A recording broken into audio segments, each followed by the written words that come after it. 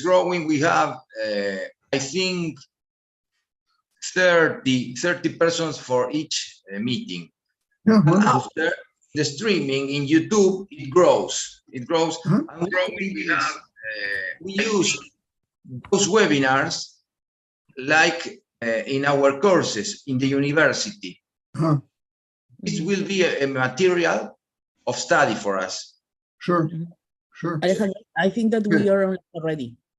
We are ready? Yeah. Yes? Yes. Yes. Hello, everybody. My name is Alejandro Esteves, and I am the director of CDOP, Center for Study of State and Public Organizations from the University of Buenos Aires, Argentina. It's a pleasure for me to present today's webinar named Deliberative and Participatory Approach to the Making of Places. Our speaker is John Forrester. John Forrester holds a PhD in city planning from the University of California. Actually, he is professor of city and regional planning in Cornell University. His best-known books include Planning in the Face of Power, Deliberative Practitioner, and Dealing with Difference. Exploring practice-focused oral histories, Forrester studies the micropolitics of diverse planners, practical judgments, and improvisation. His most recent book is How Spaces Become Places. Placemakers tell their stories. We are seeing it now in our screen. And for the comments, we have Giselle Romero Lora. She is Master in Public Policy and Management from Manchester University, UK. She is Director of the Master in Government and Public Policy in the School of Government from PUCP. It's the Pontificia Universidad Católica of Peru. Thanks a lot, Giselle. Thanks a lot, John. Let's start with your speech. Please. Wonderful. Thank you, Alejandro. Thank you very much for the kind introduction. I'm delighted to participate with you, and I'm looking forward to Professor Romero's comments and any questions that we might talk about. I thought before I start the formal talk, because I know that you have a history of work on deliberation, I thought I would show this one book that I did. It's 20 years ago, but I think it still stands. It's largely indebted to Martha Nussbaum, The Deliberative Practitioner, which is an intentional honoring of Donald Schoen's work on reflective practitioners. And my attempt was to show that not only do professionals at work reflect in action, as Schoen said, but they deliberate. And we need better accounts. Schoen's account was narrower, less politically rich, I think. And my argument was we needed better accounts of how practitioners learn with others in groups interactively as they deliberate. And so the deliberative practice is certainly as important as reflective practice. And for those of you interested in deliberation, I'd encourage you to ask your library to get that book. I think it's still quite germane. So today, I want to explore with you deliberative and participatory approaches to the making of places. But as I have presented them in the recently published book that you've just seen, that Alejandro showed you, the book called How Spaces Become Places, but the subtitle is important, Placemakers Tell Their Stories. In this collection, we find detailed practical accounts of architects and designers, urban planners, and community activists who have worked together to do innovative and collaborative work. In Selwood, for example, a neighborhood of Portland, Oregon, neighbors reclaimed and refashioned their intersections. In Providence, Rhode Island, residents transformed the river running through their downtown, transformed it with music and bonfires to create the water fire festivals.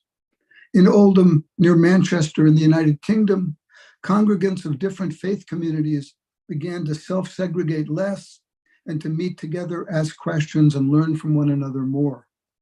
In Brooklyn, New York, a community justice center committed to safety and services alike significantly transformed public trust and community engagement too. At the Minnesota-Wisconsin border, at the iconic crossing of the St. Croix River, a mediator helped 28 rival stakeholders to hold the transportation engineers in abeyance long enough to design a new bridge. On the Oregon coast, planners committed to community engagement, transparency, and accountability put participatory design to work. In Oakland, California, architects worked against racial animus and common convention by integrally involving community members in iterative design processes. In all of these, and still other cases, placemakers worked collaboratively, deliberatively, and responsively with residents in the face of legacies of fear and violence, distrust of government, distrust of experts. These placemakers worked neither solo nor in silos. They were not rocket scientists or geniuses. They were not heroes. Instead, they were, the book shows, experienced, talented, and diversely trained improvisers, who earlier I have called deliberative practitioners, who responded to local conditions by asking local residents and diverse experts alike what might be possible, how it might be possible, and how community members, authorities, and specialists could work together to transform underused and unsafe or dormant places into vibrant, attractive places. Now, to say that these placemakers were good listeners who convened productive conversations and made music together understates the case dramatically, but it would be true. Now, let me say something about method. Collaborating for 20 years together with my colleague Scott Peters at Cornell, I've developed a method of producing profiles of practitioners in the form of practice-focused oral histories. Practice-focused oral histories. This method has led me to publish 7 books exploring the micropolitics of urban planning and placemaking. These studies have presented the work of planner mediators in the United States, participatory action researchers and their responses to Hurricane Katrina, Dutch street-level Democrats, Italian and Israeli planners and placemakers, and more. In each case, with colleagues, I've sought to examine and interpret urban actors' practical judgments, their situated responses to difficulties, the practical ethics, and you might say deliberative politics of their daily work more broadly. But underlying this empirically oriented method, of course, there's a theoretical agenda and a backdrop, one that I have called a critical pragmatism. The contribution of a critical pragmatism to the planning, placemaking, and public administration literatures might best be put, if somewhat polemically, this way. The dominant theories of planning, placemaking, and public administration literatures have kept a dirty little secret. And that secret is this: somebody actually has to do the work. Somebody has to do the work. Real actors must not only think about and imagine the future of cities, the dynamics of policies, the character of places, but they have to work with others in the face of power and conflict, uncertainty and ambiguity, given opposition and possibilities of coalitions, to actually shape those futures, improve those policies, transform those spaces into better places, to do the work. Too often, I've argued, theories of public deliberation have reduced deliberative practices to choice-making and have smothered issues of invention and indeed what we can call options and analysis, what I'm publishing at the moment. But a critical pragmatism implies an approach that includes concerns that a more conventional pragmatism does not. Conventionally, or maybe colloquially, when we say pragmatism, we seem to imply expediency, doing what's possible within the apparent constraints, acting without scrutinizing the contingencies of those constraints, acting as if we're resigned to status quo relationships of power. By a critical pragmatism instead, we refer to a theory of action that situates actors in evolving, conflict-ridden, structurally shaped settings in which power is hardly monolithic, without vulnerabilities and limits of its own. A critically pragmatic account asks not so much how actors act in political context, but also how actors recognize that their contexts are contingently politically constructed themselves and thus open to challenge and change. Furthermore, a critical pragmatism presumes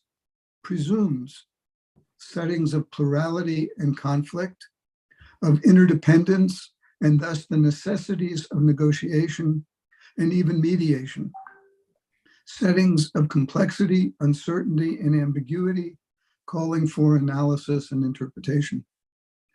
A critical pragmatic account of planning practice, then, can be quasi-naturalistic in the sense of trying both, first, to recognize the historical, political, and ethical settings in which planners and placemakers actually work, settings of plurality, complexity, interdependence, normative fluidity. And second, to assess how planners and placemakers perform the practical judgments and careful actions that allow them to work in those settings.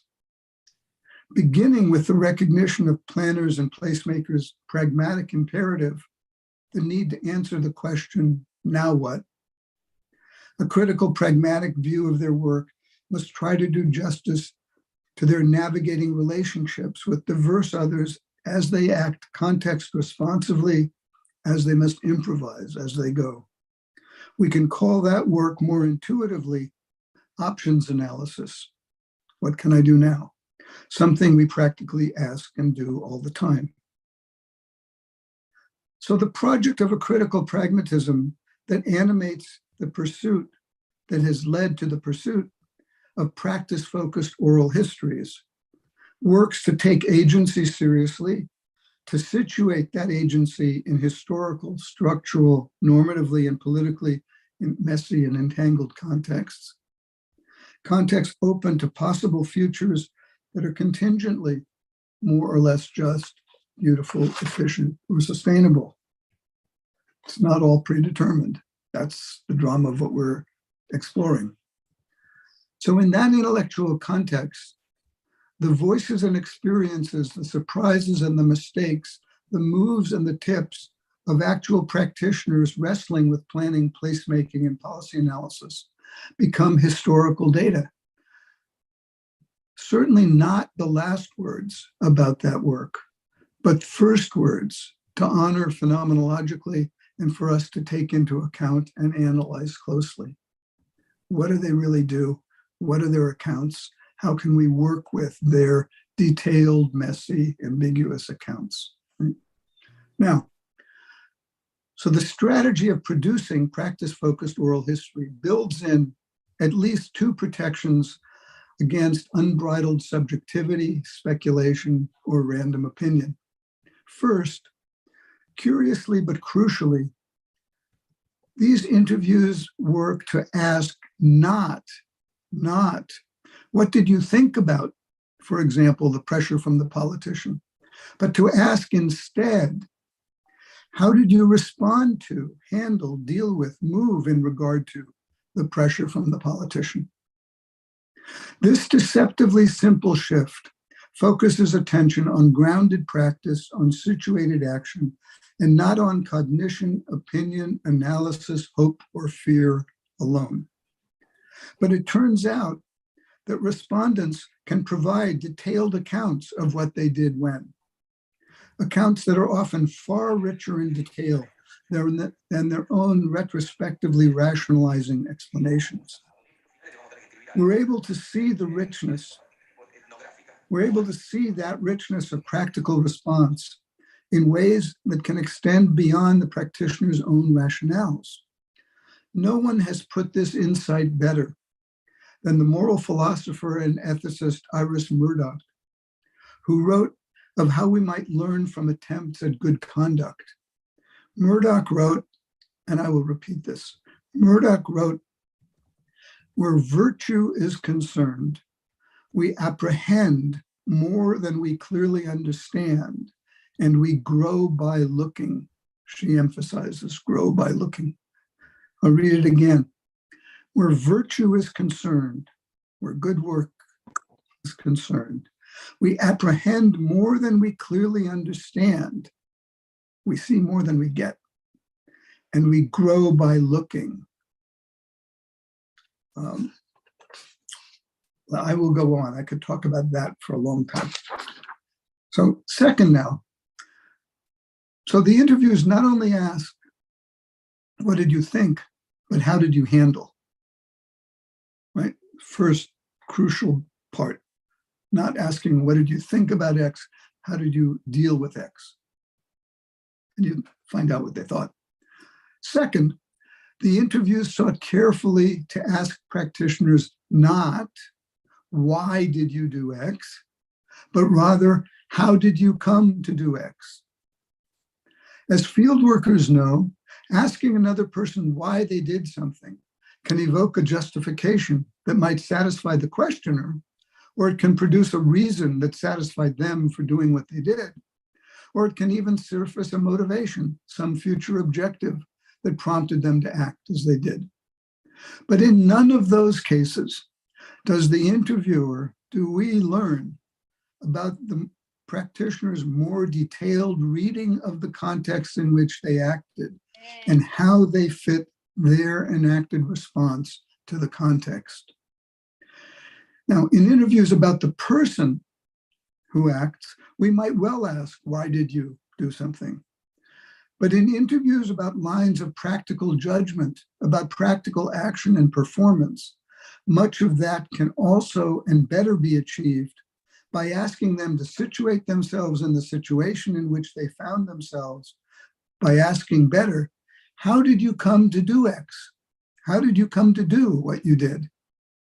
This question will often evoke a response on the order of, well, I saw A, B, and C happening, and I knew E and about F, so I tried to do X. In sum, asking why will often evoke a justification for the questioner, but asking how did you come to do that often evokes a grounded, descriptive, detailed account of a practice situation and response, which is what I'm trying to study, deliberative practices. A reading of the situation, not only an intention in the mind, if you want. So let me turn to implications for pedagogy, and then we're going to go to the cases, of course. We can learn from these accounts, as students have in classes, in several ways. The popularity of the profiles in the classroom has come without a doubt from the legibility and the accessibility of these practice stories as they're told in the voices of the practitioners. They're reading the practitioner's words, their phrasing, and so on. That accessibility and first-person voice register allows an identification with the practitioner who has given the account of their work. And that allows a learning via empathy and recognition of the situations the other has faced. So Al Zelinka reports working in Oregon, on the Oregon coast, and hearing that the locals had been put off by the jargon of mixed use spoken by the previous consultants who'd been subsequently fired. Zelinka learned so the students could learn with him in that case.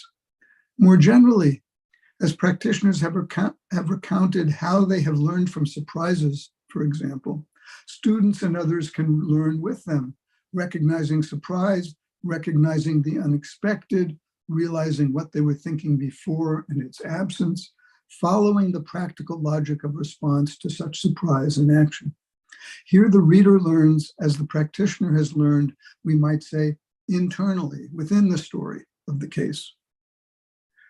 But readers can learn not just from the style, cadence, emphasis, twists and turns of the practitioners speaking from their narrated recollections, but from the ways that their narrated work addresses or fails to address particular concerns and questions that the reader brings to the text externally, we might say.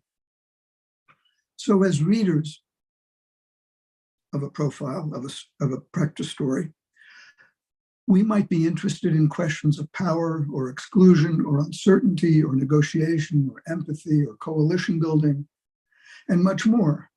And by asking from a given narrative profile how its examples of practice might inform those issues we bring, we can learn too. So when Michael Piatok describes his firm's use of design kits to involve community members in iterative processes of suggesting housing layouts and changes, talking together, weighing various options, advantages and disadvantages, readers who are interested in actual deliberative processes can learn about their ritualized aspects, for example, and others.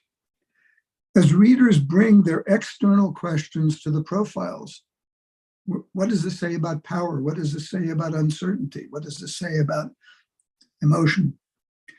As readers bring their external questions to the profiles, the practice-focused oral histories can bring telling experiences and situated qualitative data to bear on those active questions. So what sort of stories are these? In the opening chapters, we see Mike Piatok's work as an engaged architect, building affordable housing and facing neighbors' distrust and fears of who might the new tenants be. We see Al Zelinka commuting from California to the Oregon coast to plan for 4 small municipalities after they fired a first planner who seemed more attached to their jargon than to their clients. Excuse me.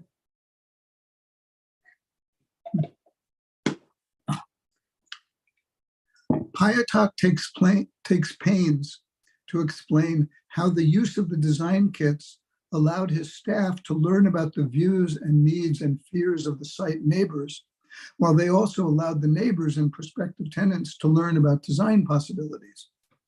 Detailing several projects, we see clearly how designers might collaborate with a wide range of community members, and we see that the results of that collaboration can be not only better design, but also political support when the time comes to go to the city authorities, the planning commission or the city council, for formal support and approval.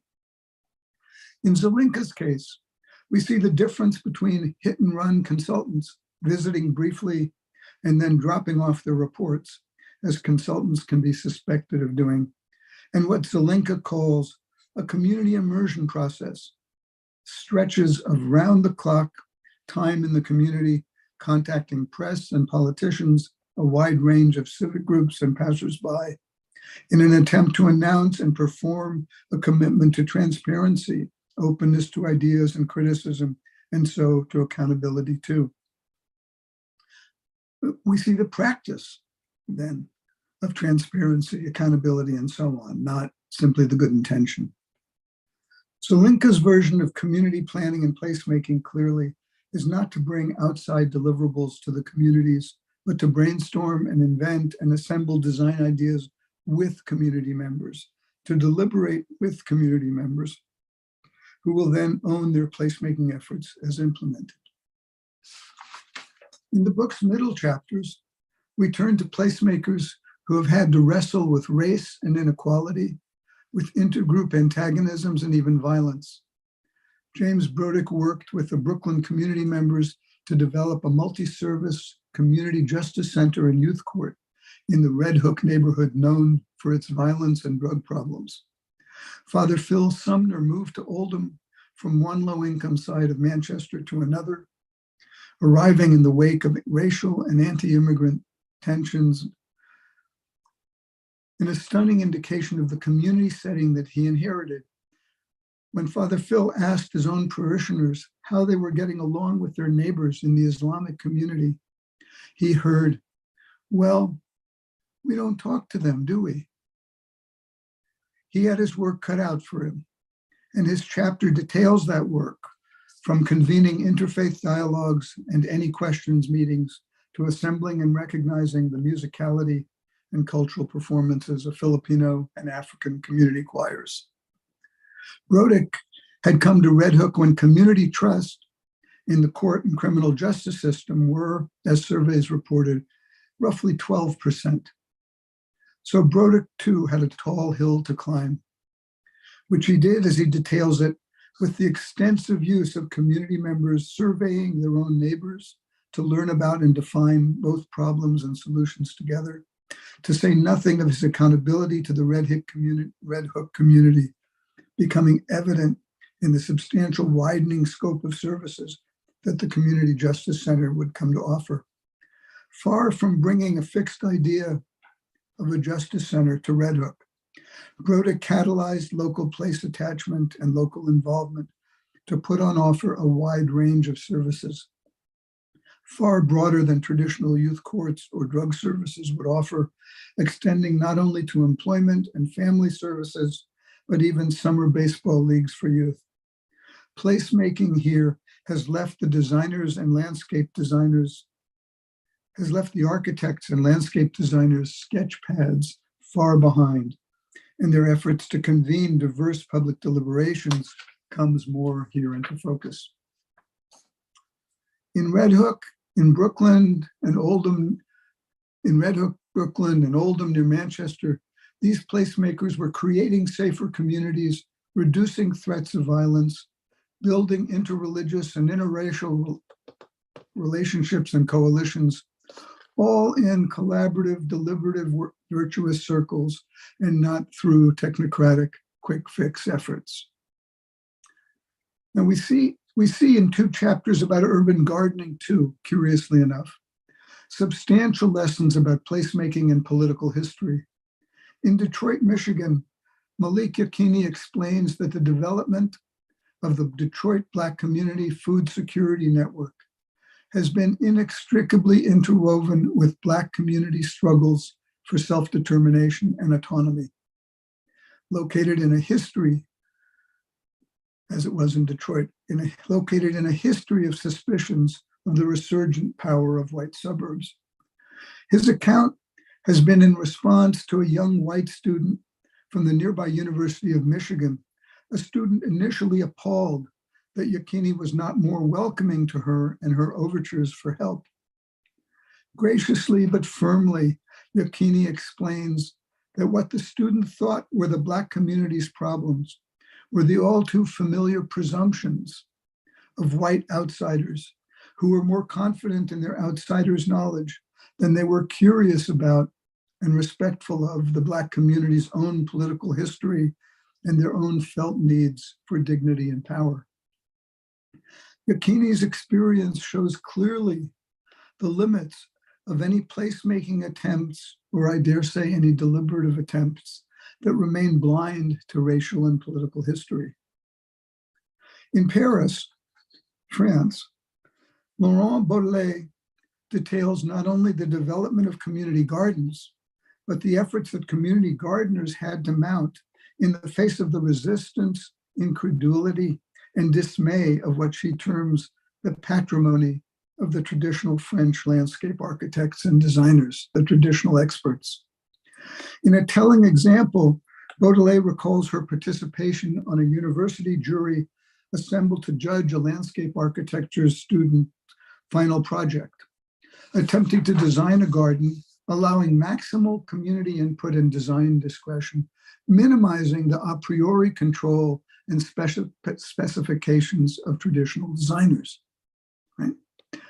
Baudelaire's more traditional colleague on the jury was aghast, appalled. "This will be the death of the profession," he said. The lesson here for any deliberative placemaking, of course, might be that design creativity and community involvement, both, might depend on the weakening, if not the death, of some of the traditional prerogatives of the design professions, who have worked more to preserve the designer's power and authority, and perhaps sometimes less to foster collaborative creativity and innovation with contemporary, ever more diversifying communities. In work as simple or as complex as urban gardening and urban agriculture, then, we see placemakers' experiences teaching us about the political histories of professional power and community relationships. In Brooklyn and near Manchester, placemaking wrestled with cultural and multi-ethnic histories too, as did Piatak's affordable housing work. In all these cases, deliberative placemakers leveraged place attachment to fuel efforts not simply for change, but for community empowerment and self-determination, working with rather than against sources of expertise where necessary. In the practice-focused accounts of these placemakers, these stories, readers can appreciate the complexity of settings, both contemporaneously and historically, and readers can discern the range of skills and sensitivities and judgments that these placemakers have had to make. Judgments about convening, fostering and building relationships in places that can constitute virtuous circles, virtuous as community members work to enhance the places they care deeply about. Now, we might add a word about conflict here that can arise, conflicts that can arise as matters of entrenched I want to add a word about conflicts here that arise less as matters of deep historical rivalries or inequalities, but conflicts understood more phenomenologically as placemakers have to face antagonisms of argument and disputation, what we might call public disputes, the day-to-day work of disputes. Elements of argumentation and dispute pervade these placemakers' story, but one chapter wholly devoted to a regional economic development, transportation, and historic preservation dispute stands out. The account of Michael Hughes details his work enabling 28 stakeholders at odds with each other at scales ranging from local through regional to state and federal as they resolve a complex 30-year-old dispute. Hughes's account is easily worth the price of the book, and I'm not related to him. Hughes eventually explains to the transportation highway engineers who have been blocked for 30 years. Hughes eventually explains to the transportation highway engineers we come to see that if they wish to construct any new bridge across the St. Croix River, they will have to let the assembled 28 stakeholders design the shape, the massing, and the aesthetics of the bridge. Because, as he explains to them, they simply don't trust you, the engineers, to design it yourself. He might have been speaking Greek to them, to the engineers, but he was, of course, but he was not. And the engineers' authorities, superiors, realized that indeed they had to let Hughes mediate an expertly informed, but not determined, design discussion. The story has to be read to be believed, but viewing the photos of the resulting stakeholder-designed bridge as actually built, thanks in part to Hughes's placemaking intervention and deliberative support, provides the proof. You have to see it to believe it. It is an incredible account. And it's not magic, it's skill. Throughout these chapters, we're able to examine a range of deliberative moves with practical intent. The contexts are complex, contentious, all shaped by historical inequalities and power differences. The practices that we see are skillful, not heroic, not the work of genius. The outcomes reached by multiple stakeholders involve housing and urban design, local services and relationships of respect and recognition, along with contributions to public art and aesthetics in chapters that I have not had time to talk about here.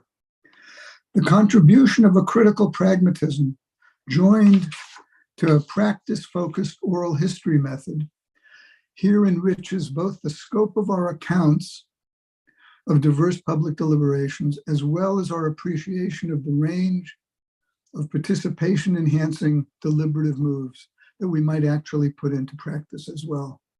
Thank you very much for your attention, and I look forward to Professor Romero's comments and any questions that you have, and of course, I urge you, if you can have your libraries, take a look at the book. Take a look, share it with students. Thank you again. Alejandro, thank you very much. Thanks a lot, John. Thanks a lot. Giselle, please, you can start with your comments. Okay. Well, good morning to you all. Good morning to Professor Forrester. Thank you, Alejandro and Maxi, for the invitation. Professor Forrester presented this morning different experiences of placemakers, architects, designers, urban planners, community activists, and their stories related to the making of the places. These experiences come from his recent book, How Spaces Become Places, Placemakers Tell Their Stories. These are stories from different parts of the world: Selwood, Oldham, nearby Manchester in UK, Brooklyn, among others.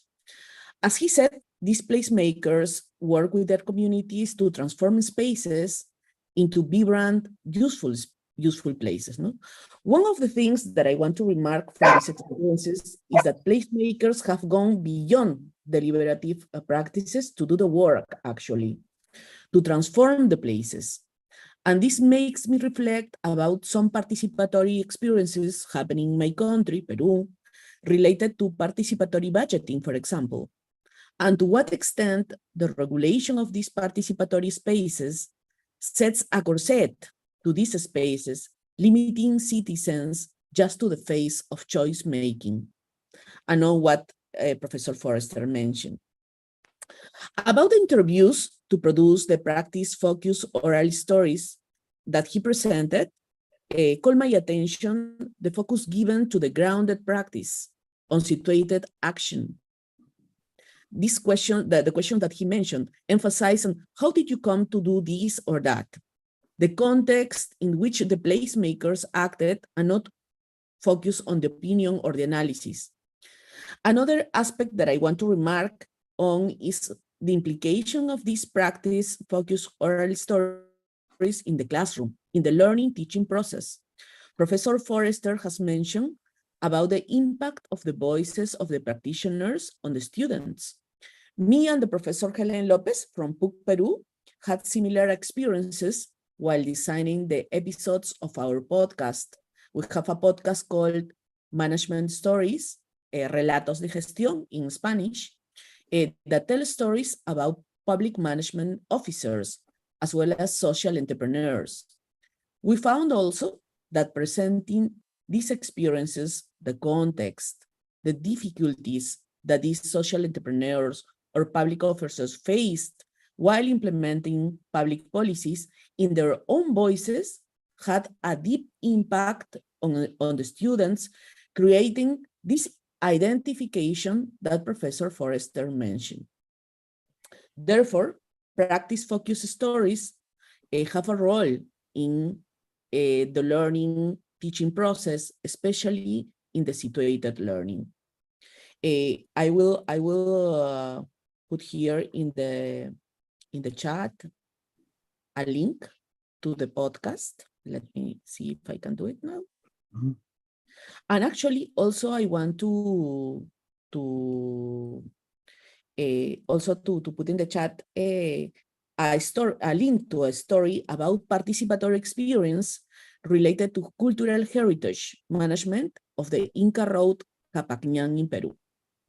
This story also tells in the voice of the officer in charge of this participatory experience, what were the things that he found, which were the fears that they found while implementing this process. From the stories Professor Forrester presented, we can learn the importance of collaboration for a better design, but also for obtaining political support, the importance of community empowerment and self-determination, how these processes work in the long term and are not characterized by quick fix efforts. Also, we can learn the complexity of the settings.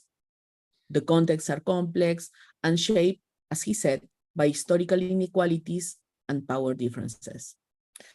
As Professor Forrester mentioned, design creativity and community involvement depend sometimes on the weakening if not the death, he said, of some of the traditional prerogatives of the design professions that have worked more to preserve the designer's power and authority and less to foster collaborative creativity and innovation with contemporary and even more diversifying communities. Listening about the stories that Professor Forrester mentioned, I believe that in Latin America, we should document more stories about placemakers. There is, for example, an organization, Ocupa Tu Calle, that has developed 52 urban projects in 21 cities in Latin America. Here, I'm going to place in the chat also, for example, this experience about Ocupa Tu Calle. And I believe that we should document more stories about Latin America, for example. I hope that the Professor Forrester may be interested in documenting these experiences from Latin America. I remark this, I mean, the importance of documenting these stories of placemakers in Latin America, because what we usually, I think, we hear are more focus on limitations related to participatory spaces. For instance, in Peru, in a recent study, McNulty and Guerra Garcia remarked that Peru developed a comprehensive legal framework for participative decentralization. Although Vasquez and Godoy remarked that there was a gap between what the law said and what the reality practices, how the reality, in the reality, the practices were implemented. And also, when they revised some studies from Grompone, Remy, and Tanaka, what they found in the participatory spaces were neo-corporativism between civil society and the government, underrepresentations of civil society, functional and non-substantive participation, and spaces for participation and deliberation that were not useful for democracy. These challenges are not only in Peru, but throughout Latin America. Cunil, for example, develops these challenges from 4 questions: who, where, how, and with what. The who has to do with social representation.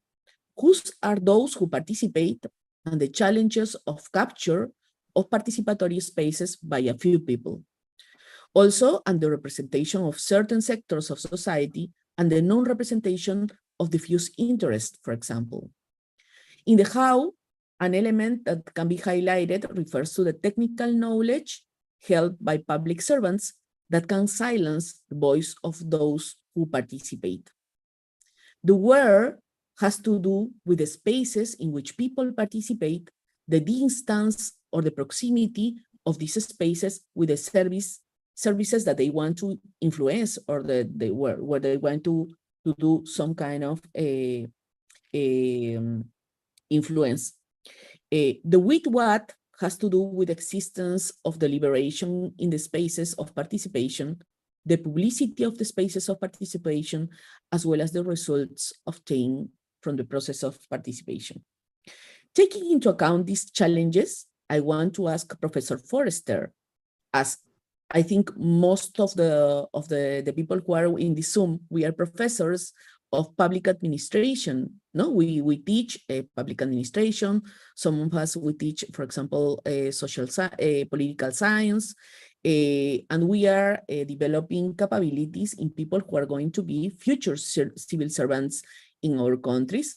Taking into account these challenges, I want to ask Professor Forrester, which capabilities we should develop in future civil servants in order to have more stories as the ones that you have presented this morning?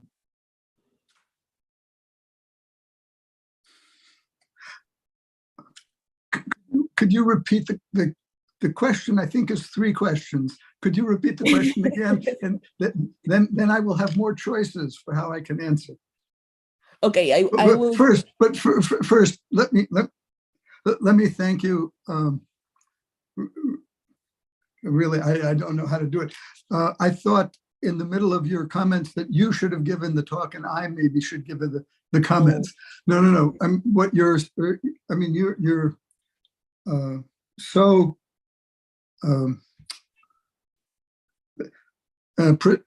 precise, faithful, and to the text, and engaged with everything I wrote. I really appreciate it, and there must be some way that we keep in touch about these problems. But wait, I can go on more.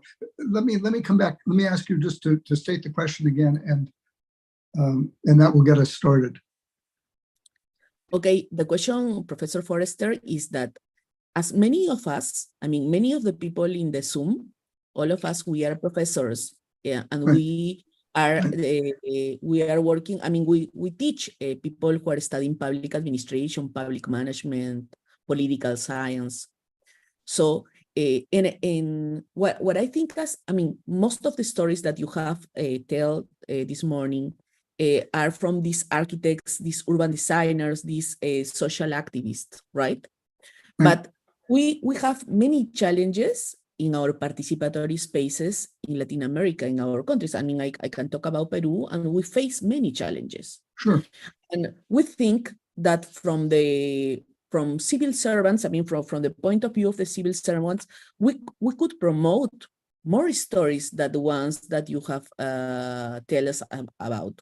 So which kind of capabilities, which kind of we should teach in our classes in order to develop and have more stories like the ones that you presented? I mean, because I know that you have actually I was reviewing a previous article of you, and I one of the things that I kept in mind was that you were talking about, for example, how to involve, I mean, appropriate expertise, how to represent values, interests, or concerns, you said, and how to shape commitments and to action in the participatory spaces. So I think that for that, civil servants have to have certain capabilities, because if not, what we're going to have, if we don't have like the civil society part, I mean, this action from the civil society representatives, what we are going to have is the same spaces that we have until now. These spaces that face all those challenges that I have talked about.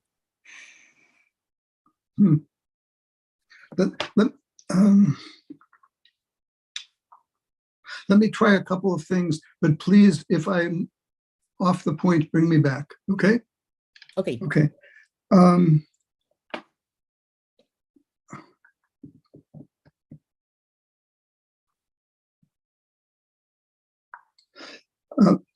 I want to tell first a very quick personal story how I came to do these profiles. Yeah, and I was teaching at Cornell. I teach first degree students but also professional master's students, and then a few doctoral students. But in one of the first degree courses, which were Introduction to Processes of Planning and Participation, I at one point applied for a small grant. It was called a Grant for Innovations in Undergraduate Education. So they gave me a little bit of funding to hire a research assistant to do some interviews along with mine, and it was difficult first because everybody thought about surveys. You know, do you do this? Do yes, no, da da da. And then finally somebody came who had come to school. My assistant had come to school with a journalist background, so she was not afraid to write and not afraid to interview. And she went off and she interviewed somebody in New York City who was trying to connect LaGuardia Airport to Kennedy Airport with an underground. Now, this is 30 years ago. It still has not happened. Doesn't happen. But so she talked to this guy. It turned out it was a guy working at LaGuardia and this subway problem. And she interviewed him and she wrote it up and gave me a beautiful 3-page summary of the interview. And it was very well written. It was like a newspaper story about this guy. the planner. And I said, no. And then I took down the book of Studs Terkel, who was a famous oral historian in the United States who had a radio show in Chicago. And he had a very famous book in the 80s called Working. And in Working, there were 3- and 4-page stories of garbage pickup people, policemen, firefighters, prostitutes, clergymen, everything you can imagine in a profession work. And they were talking about working. One was a communications specialist, so-called. She said, I connect people on the phone, but my supervisor won't let me talk to them. It will only let me connect. So I am a communication specialist who can't communicate. And it was wonderful, a book about their work. So I gave that book to Linda and I said, please go back to your interview with the transportation guy and do what Terkel did. Take yourself out of the interview and edit it so it's his voice, his story, his answers to your questions that you have on the tape recorder. So she comes back a week later, and now her 3.5 page summary is gone. And now she has 9.5 pages of verbatim account what he told her as he explained it to her. So I brought that 9 pages to my class the following week, and I said, look, here's an experiment. You all have your assigned reading already about power, about negotiation, and so on. You have your academic reading, but here is something we did in research. This is the story of a planner who was a graduate from our department. Here's a story of somebody who's now working in New York, and this is his story. Take a look. If you're interested, take a look. So I came back the next week and I said, has anybody read this story, the extra story? Half of the class had not. Half of the class had their hand up. I thought, this is interesting. So I asked Barbara Shapiro. She's a swimming student, a student who's on the swimming team. Barbara, what do you think? Her hand is up.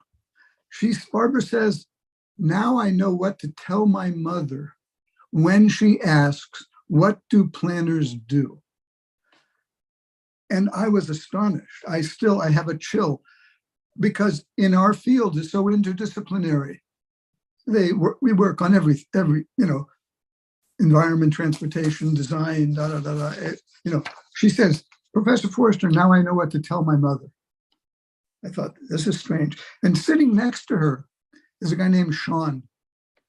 Hand up. Sean, what do you think? Sean says, Professor Forrester. Now, this is the 9.5 pages of the voice of the guy, the planner, right? Sean says, Professor Forrester, this is the most practical thing I have read in this program in 3 years. And I didn't know whether to laugh or to cry. To laugh because this experiment provided some material that of the people who read it, it obviously grabbed them by the neck and shook them. It showed them something they weren't getting in the rest of the great material that I was already assigning. Wonderful case studies, really good books. He said, this is the most practical thing I've read in 3 years in this program. So I wanted to, why to laugh? Because here's something fabulous. Why to cry? Because I had no idea. I had no idea how to understand the power of this first-person voice material. You're now doing it, podcasting. I'm fabulous. I want to know all about that. But this was 1989. 1989, yeah.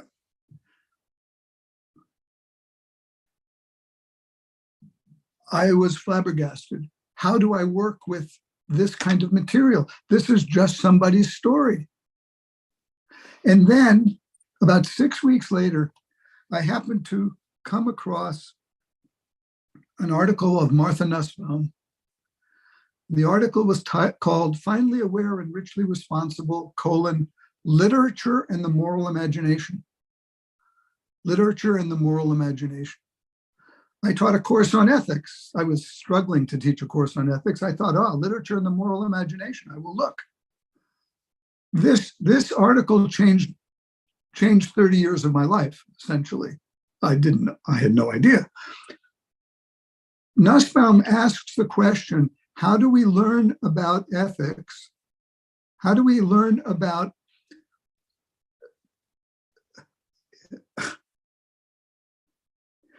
by ethics, she doesn't mean right and wrong only. By ethics, she means how do we learn about generosity, betrayal, insensitivity, insult?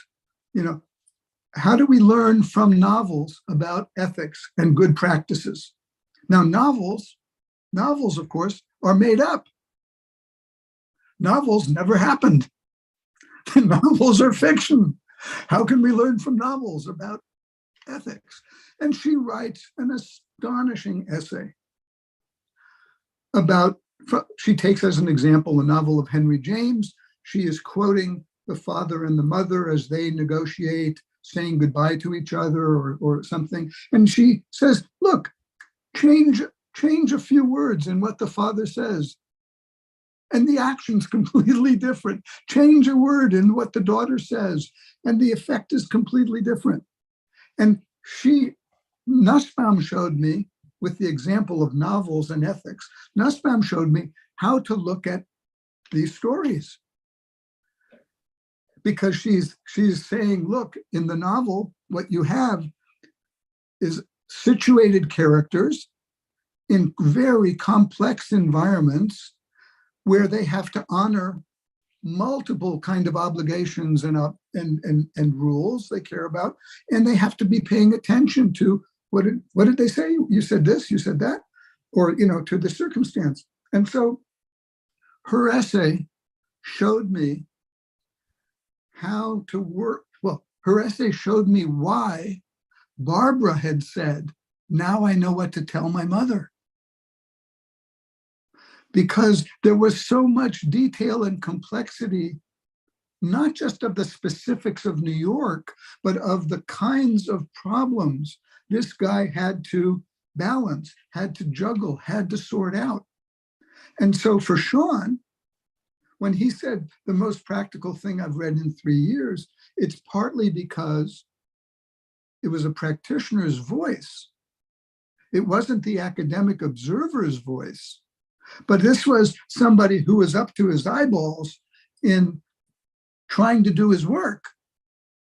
And he was saying, well, if only they'd get back to us, we could do so. So, he was showing so much in the course of telling the story that Sean had a feeling not only for the guy, not only the identification with the guy, but Sean and Barbara also had the feeling for the complexity of the situation, the being in the situation, in a phenomenological way of being situated. Oh, now I have a sense of what it's like when you're doing the work, right? So that led me. So in that one instance, I was clobbered, struck by how effective is the wrong word, how engaging, how instructive, how illuminating the cases might be. Now, not by themselves, right? I'm using the case and I'm trying now to point out various things about the case. So I'm not just throwing the students into the stories and say, go learn, but I'm saying, let's read these stories in conjunction with some literature so we can appreciate problems of relationship building or trust or inherited suspicion and so on. And so the two come together. Now, so that's the longer background to why these stories are not just stories, but the stories do work of all kinds of ways. These are not stories for entertainment. These are stories to illuminate relevant, practical, institutionally compelling aspects of the situations that our students are going to be in. You know, we're not talking about Mars. We're talking about, here's a you're going to get into situations like this. And if there's a line in what I just presented, I think that maybe stands out more than anything. Our students and these practitioners don't work solo. They don't work solo. They don't work alone. So now there are some planners who might just be on the research end and have minimal, have a different kind of contact with publics. But there are many more public serving planners and related officials in public administration, I think, who have more engaged, more regular kinds of contacts with a plurality of publics. And so those, and so what I'm presenting is obviously more related, not to the more isolated researcher, but to the more engaged person in the administration who's crossing boundaries all the time, having to manage multiple relationships and having to anticipate what this policy or that is going to mean down the road and how it could be implemented for better or worse, and so on. And those folks have to pay attention to the character of the relationships they build, whether they like it or not. So I will say to my students in orientation, when they first arrive at Cornell, especially the professional students now, I'll say, some of you like working with other people, and you're going to call some of what we talk about as participation. Others of you are less comfortable working closely with other people. You're going to call it negotiation. Whether you call it negotiation or participation, in either case, you're going to have to work with other people who are different than you, who care about a plurality of things. And if you ever get several of them in the room at the same time, you're going to discover they don't agree either. And so you, as a public servant, may have to be not only in a negotiating role, but in a mediating role in between actors who have their own differences, and you have to think smart about mediating roles. And so that led me to do 2 books on what mediators do, which is fascinating in part because mediators who are working with plural publics and working in the middle of conflict, mediators have to listen in fascinating ways. Mediators have to listen for far more than social scientists usually listen. What do you believe? What do you think? What did you do? Mediators have to listen for, if they did this, what would you do? Or what if this happened? What might you do? So the mediators listen to virtual worlds. Mediators have to explore virtual worlds of, I understand what you're saying, and if they did something different, what would you do? And the answer, of course, is, well, that would I could do all kinds of things, but they'll never. And everybody points the finger, they'll never. And the mediator asks, well, let's consider if they did something different, how might this shift? And so it's the working with mediator stories now has been, I think, hugely instructive. Now, I think part of your question was, what kind of stories, what kind of cases would do I look for, or what would I think? And 1 or 2 things quickly, and then let me stop because I want to hear what makes sense. Professor, actually, there is, just one question, and I think also I mean, I'm going to ask Max and Alejandro. I think that we are just running out of time, or we are okay with the time. I mean, you tell me. Perhaps because what I'm going to I'm going to read like just one question from the chat that says, what would you recommend to truly strengthen citizen participation? Say it again. What would I truly recommend to? To truly strengthen citizen participation. I mean, and perhaps with this, we can have your final remarks to close the session. Okay.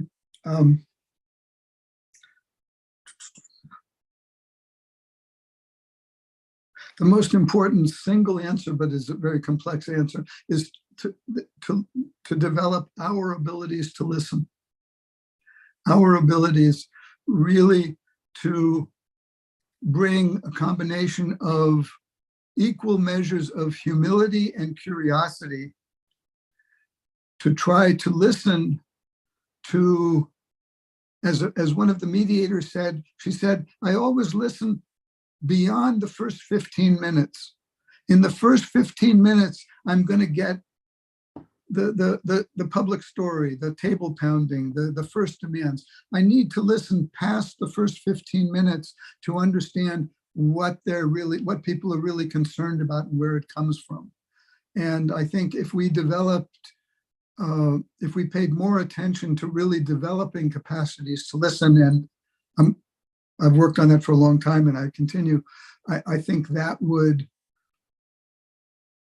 strengthen participation, because we would recognize how many other things people care about, and it would make it more possible for us to be open. Now, I had a question of Alejandro. I wasn't clear about time, whether I can have a few minutes to do a quick, it's actually an exercise about listening. Yes, John, you can go ahead with that. Yes. Okay, well, then I'll do that in just a minute. Let me finish with Professor Romero. So if we go back, okay? So the other thing, Professor Romero was asking what kinds of cases. And I think there are 2 or 3 things important to say there. One is they can't be cases of genius. It does no good if we read a case by an Einstein and we say, yes, that's brilliant, but I could never do that. Then it defeats the purpose. So we need to choose cases of skillful people so that our students can read and we can read and say, I see how they did that. I could do something like that too. So they can't be geniuses, one. Second is, we need cases where there is some deliberative success, in the sense that something gets achieved that nobody really thought of in the first place. It grows out of animated conversation and even conflict, and people are able to do things because they've been able to talk to each other.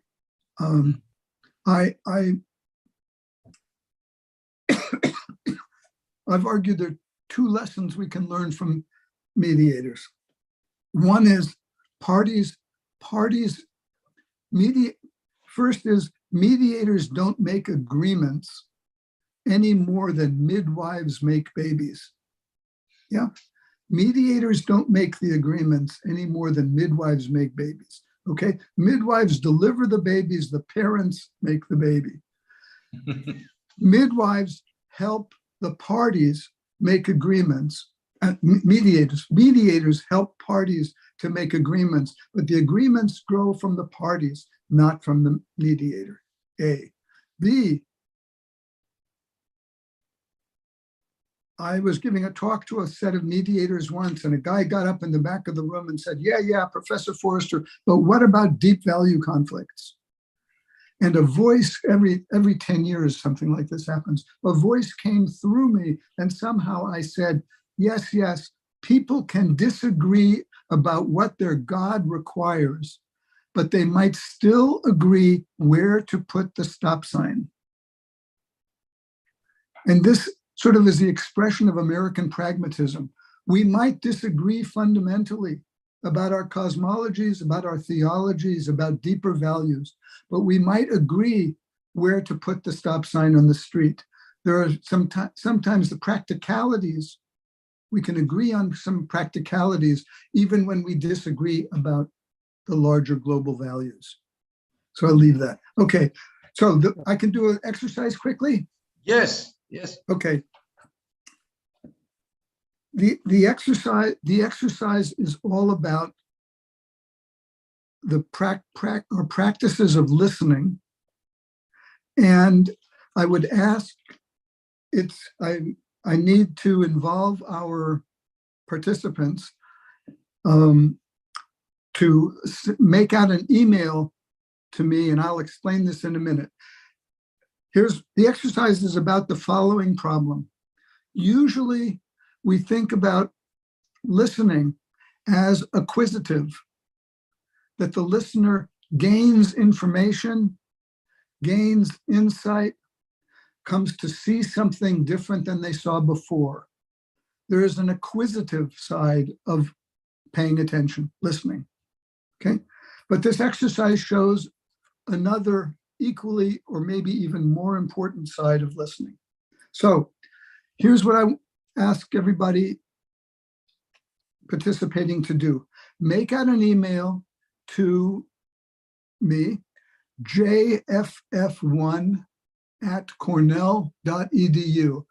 Alejandro has put it in the chat. jff1@cornell.edu. And in the subject line, give me, first put an A, because there's going to be an A and a B. First put an A, and in the subject line, answer this question in 1 or 2 words. The question is this: when somebody else has really listened to you closely, they're really listening to you. It can be at home, it can be at work. Let's say at work.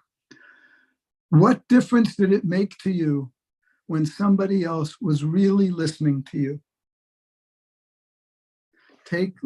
We take 60 seconds. Can we do that? Professor 60 Forrester, seconds. would Yeah. you repeat, please, the question? Yeah. What difference did it make to you when you realized somebody else, when you're talking about something important and you realize somebody else is really listening to you? They're not distracted. They're fully there they're really listening to you. What difference did it make to you? In just a couple of words in the email to me. We'll wait 1 minute and then we'll do part B. And Okay, I already sent my answer. you sent mine, okay. I will check my phone and see how fast the email, if our email system helps us. Okay, I don't have it yet. Yes. Okay. You got it? Okay. Anybody? I only have one answer so far. What difference did it make to you? You're talking about something that matters, and you realize somebody else is really listening.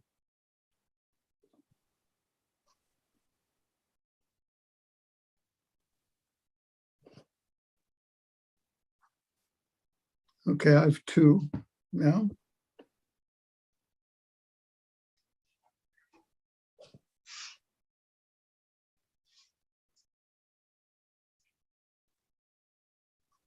All right, because of time, we'll go to part B, okay?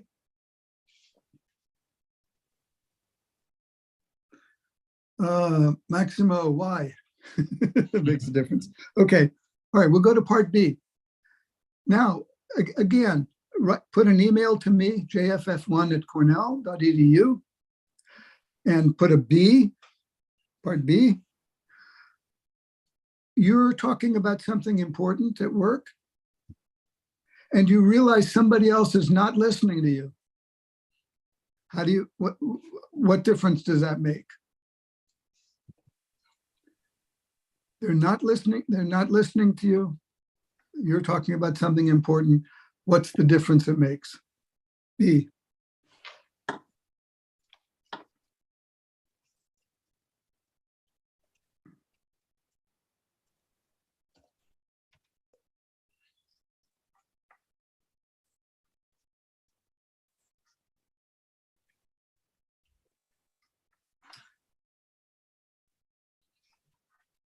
I don't know if it's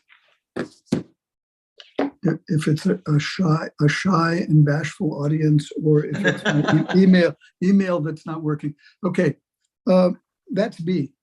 I explain in just a minute what the whole thing. Okay. When I did this with my students first, what difference did it make? I got a list that said, I feel recognized, I feel taken seriously, I feel respected, I feel safe, I feel confident, I feel included. Mm-hmm. And I looked at that list and I thought, this is just 18-year-olds. These are adolescents. They insecure point in their lives. Then I did the exercise at MIT, and I did it with mid-career professionals. They came back to MIT from ministries all over the world. And I did the same exercise. And they said, I feel respected, I feel taken seriously, I feel safe, I feel included. But they added, it was the same list, but they added one word that my students did not. Question. The list's channel was They added one word. 2016. That word was empowered. More able to act.